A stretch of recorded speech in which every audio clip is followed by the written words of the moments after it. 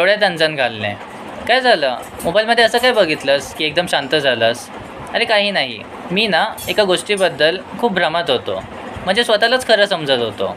पण आता या बातमीने खरी वस्तुस्थिती समोर आणली. खरं सांगू तर ह्या माहितीने आज माझ्या डोळ्यात अंजन घातलं. डोळ्यात अंजन घातलं म्हणजे नक्की काय? काजळ लावलं की काय? अरे नाही.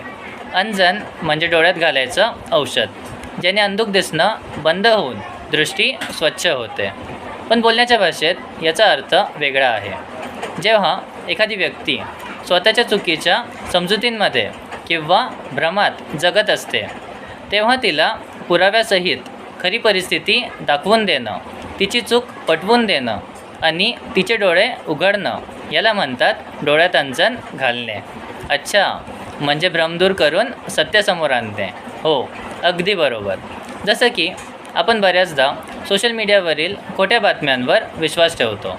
पण जेव्हा एखादी व्यक्ती वस्तुस्थिती समोर आणते, तेव्हा ते आपल्या डोळ्यात अंजन घालण्यासारखं असतं. हा वाक्यप्रचार आपल्याला हेच शिकवतो की कधीकधी समोरच्याला त्याची चूक दाखवून देणं कडू वाटू शकतं. जसं डोळ्यात अंजन घातल्यावर आग होते, पण ती आग आपली दृष्टी स्वच्छ करण्यासाठी, म्हणजे आपल्याला खऱ्या मार्गावर आणण्यासाठी गरजेची असते. म्हणूनच डोळ्यात अंजन घालणारी माणसं ही शत्रू नसून आपले खरे हितचिंतक असतात. तुमच्या आयुष्यात कधी अशी वेळ आली आहे का जेव्हा एखाद्या प्रसंगाने तुमच्या डोळ्यात अंजन घातलं? कमेंट्समध्ये नक्की सांगा.